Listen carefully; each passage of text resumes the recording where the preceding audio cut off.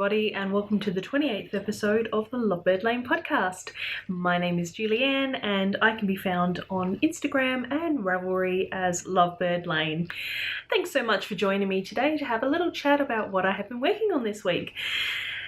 Hi, we're back. I have been having quite an interesting few days. We had a long weekend here in Adelaide over this last weekend. So Monday was a public holiday. Both of the boys were home. Well, the guys, they're not boys, they're men. Yes, and my car was just about dead on Friday, so that was great. It is back with us now. We are unsure as yet whether it is for good. It seems we may have damaged it by overheating. We had a split radiator hose. So the mechanic is very loath to do very much work on the car until we're sure that there's no further damage. So anyway, it's a long story.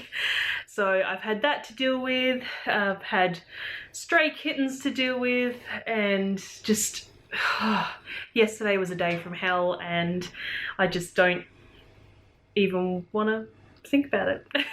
I was going to do more yarn dyeing today because I did 12 skeins of yarn in between everything else yesterday for the Lights of Lobethal pre-order that I held, and I was going to do more dyeing today, and after yesterday I just said no, I'm just going to have a bit more of a relaxing day tomorrow, which is Wednesday. And I thought it would be a good opportunity for me to sit down and record the podcast so that I can talk to all of you for this week. So that's sort of a short, succinct version of what has been going on. Yesterday was also a fast day. As I've told you guys, I have another channel. I'm doing alternate day fasting. I'm not going to go through it again. Check out the other channel if you are interested. But yes, today was a fast day as well. So I was not supposed to be eating. So I think that on top of everything that I had to do just really threw me yesterday, and I just did not have a good day. But I'm going to move on. Let's talk about some crafting. I only have 3 things that I've really worked on this week. I've actually done some work on my test knit, so I will show that to you. And I also have my 2 other projects that obviously was taking up a lot of my time that you've seen before as well. So I guess let's get on with it and start with my test knit. So I can't see today's podcast going for very long, to be honest. I think that little section at the beginning was probably the most that I really want to talk about anything in my private life, so I don't think there'll be much at the end. But I have been working on my Pixelex test knit. So this is how far I've gotten. So I think I was somewhere here last week, and I did virtually a whole repeat. I finished the section of mosaic knitting in here, and I did the mesh. So I'm ready now to do the next section of mosaic, which I think, I'm not sure whether it's blue or whether it's going to be the lighter colour again. But yeah, that is how far along I am. I've really got to get moving on this, guys. It's really weird, this project, because when I actually pick it up and I start knitting on it, I actually really enjoy it and I have a good time. But it's like I have this little hurdle of not wanting to pick it up, and I don't know whether it's because I know that I have other projects that I'm really enjoying that I kind of want to work more on them because I'm enjoying them more and maybe they're a little bit simpler. But yeah, every time I do pick it up, I really enjoy it, and I just don't know what that stopping point really means. Like, I just don't want to pick it up to work on it, but then when I do, I enjoy it. So who knows what that's about. But I'm thinking I'm going to try and do at least half a panel repeat per day. So it's either going to be a piece of mesh or it's going to be the mosaic. The mosaic is a little bit bigger than the mesh, but yeah, I don't know that I'm going to be able to get through a whole like panel repeat per day, but I'm thinking if I can do at least half, if I can like pick this up today, do the next mosaic section, and then tomorrow I'll do the mesh and so on and so forth, I should be able to get this done pretty quickly. I've only got a month and a half-ish left now to get this done, which is plenty of time if I work on it. And that's the thing, I've got to work on it. So that is my Pixelex. This is a pattern that I'm testing for Erin Kurup, who is Remade by Hand Designs, somebody that I have tested for in the past. She has very, very intricate patterns. They're very lovely. A lot of wraps and things like that. So if you are interested in knitting those sort of things, check her out because she has got some really lovely, lovely designs. And as for my test knit, I've had to actually print out the pattern because another thing to add to my dramas this week is I smashed my iPad screen. So this is an iPad that I've had, it's got to be going on 4 or 5 years now that I've had this iPad, and I've smashed it. So I kept it for this long, being completely immaculate in its case, and then I smashed it with my camera that I'm recording on right now as it is. Somehow as I placed them down, I had the camera on top of the screen, and as I placed them down, I just heard this crack, and yes, I've broken my screen. I got a replacement today, so I'm going to attempt at some stage to change my iPad screen. But yes, I am printing out my patterns now for at least 2 of my projects. One of them I'm working off my computer. But yeah, I've had to print them out because I broke my iPad. So I was pretty sad about that. But next up will be my river jumper. And I have done some more work on this. I have done quite a bit more work on this from what I showed you all last time. Now I think possibly from the armhole, I think I was maybe a couple of inches up. So I've done a whole repeat. So this is where I'm at the moment. And it's still a weird looking piece of fabric. But yeah, it's the cables are really lovely. I'm really enjoying this. Every time I pick it up, I really enjoy it. My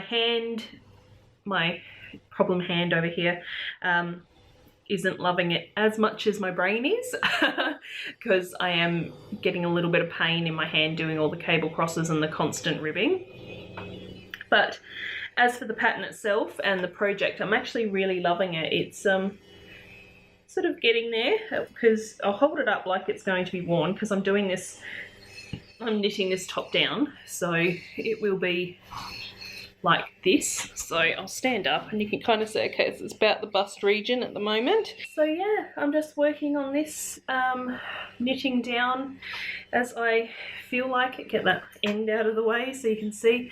But this is Knit Picks Wool of the Andes in Blossom Heather.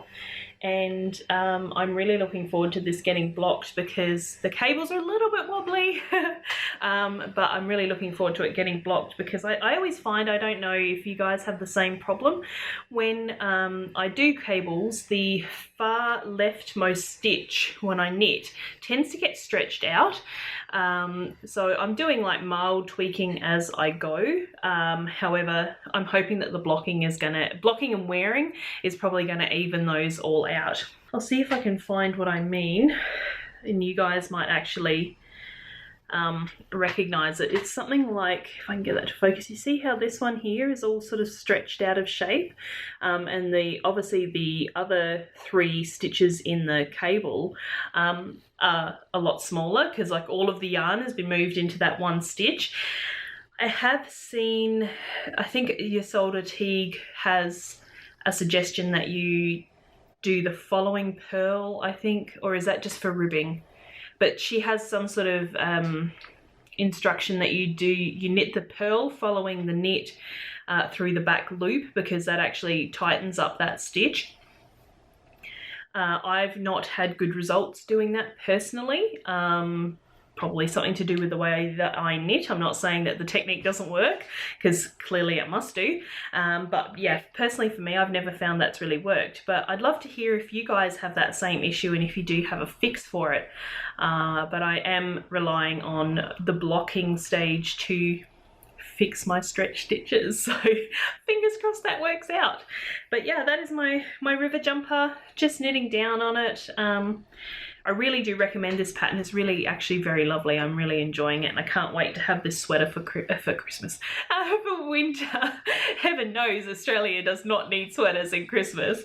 Certainly not in Adelaide. I'm not sure about anywhere else, but we've got very hot, dry heat here. Speaking of heat, we are coming into a hot week. I don't know what is going on with the weather here in Australia at the moment, or at least in Adelaide. I don't know if anybody else around the country is having similar weather because I've been really baffled because it's been quite mild. It's been quite nice. I've actually, not that I'm a sun person, which I've said time and time again, I'm a complete vampire who hides from the sun.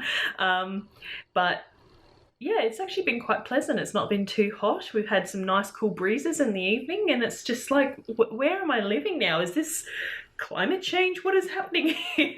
I just don't know. But yeah, but now this week, today's supposed to be 36, but it's supposed to get to 36 by 6 p.m. Really? 6 p.m? And tomorrow I think is going to be 42, so we're coming up to a couple of hot days, which I'm not looking forward to, but thankfully we have air conditioning now, and I still cannot get over that. I'm still so grateful and so excited that I have ducted air conditioning in my house. It's such a treat after so many years without it. But I've gone off on another tangent. But, you know, what else do you come to the Lovebird Lane podcast for other than to see me go off on tangents? But I guess I'll get on to my final work in progress and see where that takes me. And this week on my Stoker Shawl, you will see progress, unlike last week. This morning I had to do a couple of rows of knitting on this so it was in a position that I could actually show it to you because I was mid-row. I'm not quite sure why that happened. Probably I had to get up and cook rice for dinner or something last night. I just love cooking dinner on a fast day. It is so much fun, especially when you put the slow cooker on, so you've got the lovely smells of food wafting through the house and you can't eat a bit of it. But anyway, and if you're interested, it was chicken masala. So that's what we had for dinner last night. But let's get back onto the Stoker Shawl. So last week you would have seen that I was working in this section around about here. I needed to get 10 of these ridges before I could start the eyelet row, which is just in here. Let's get that nice and close and you can see. So there's your eyelet row, which is the 10th pearl ridge. So I am now into the lace, and it's really funny actually because obviously doing the knit backwards and forwards, just plain stockinette sections, oh my gosh, every row just dragged so much. But now that I am onto the lace, every row was just zipping past, and pretty much I just need to do this lace panel and then another eyelet section, and then I think it's just a bind off and some tassels. So I'm really looking forward to making my tassels. You can see quite easily that this is very much a schlanket. It is huge and it's not even finished. This is going to be nice and snuggly for when the weather gets cool, and I'm really excited to have this. Even though technically I've gone a little bit off purple for my clothes, I think there's enough sort of red in this that it'll go with all the pinks and burgundies and things like that I'm tending to wear more at the moment. So I didn't say that is a pattern by Kristen Larare, who is Vine, and you guys all know that I'm a complete Vine fangirl. So everything she does is magic. No. That's a little bit of hyperbole, but yes, I do enjoy her pattern. She has a very interesting sort of aesthetic, and yeah, they're all very simple and very lovely and easy to make, and just very enjoyable.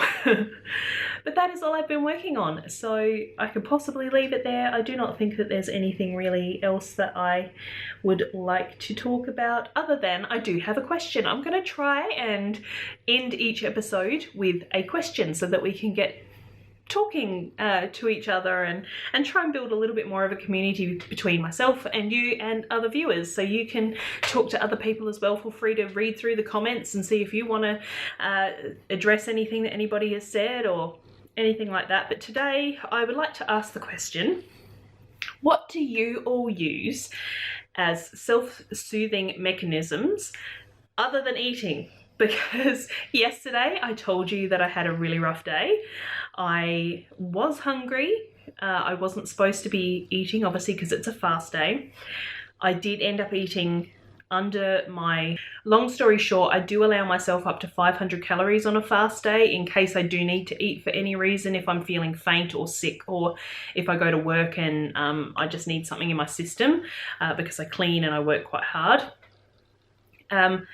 But yeah, I even on days that I'm not having a busy day and I really want to eat, but I know that it's not physical hunger that I have, it is emotional hunger. So what I'd really like to hear from all of you is if you have any tips or tricks that you guys use to give yourself some sort of soothing, some sort of you know, just some activity or process that you go through just to make yourself feel better in those sort of situations that doesn't involve food. So I would really love to hear what you have to say. I'd really love to have some tips because I'm struggling to really think of anything that I can do to help myself. Simon's only offer was to give Granger a cuddle. And I suppose that might work to a certain extent, but you know, things like that is kind of temporary, although that little oxytocin burst of having a little cuddle with an animal might help. But yeah, let me know what you think. So I think I will leave it there for this week. Thank you so much for watching. If you enjoyed the episode, please give us a thumbs up. And if you really loved it, make sure that you are subscribed. And until the next one, happy knitting, happy crafting, and I will see you in the next one. Bye.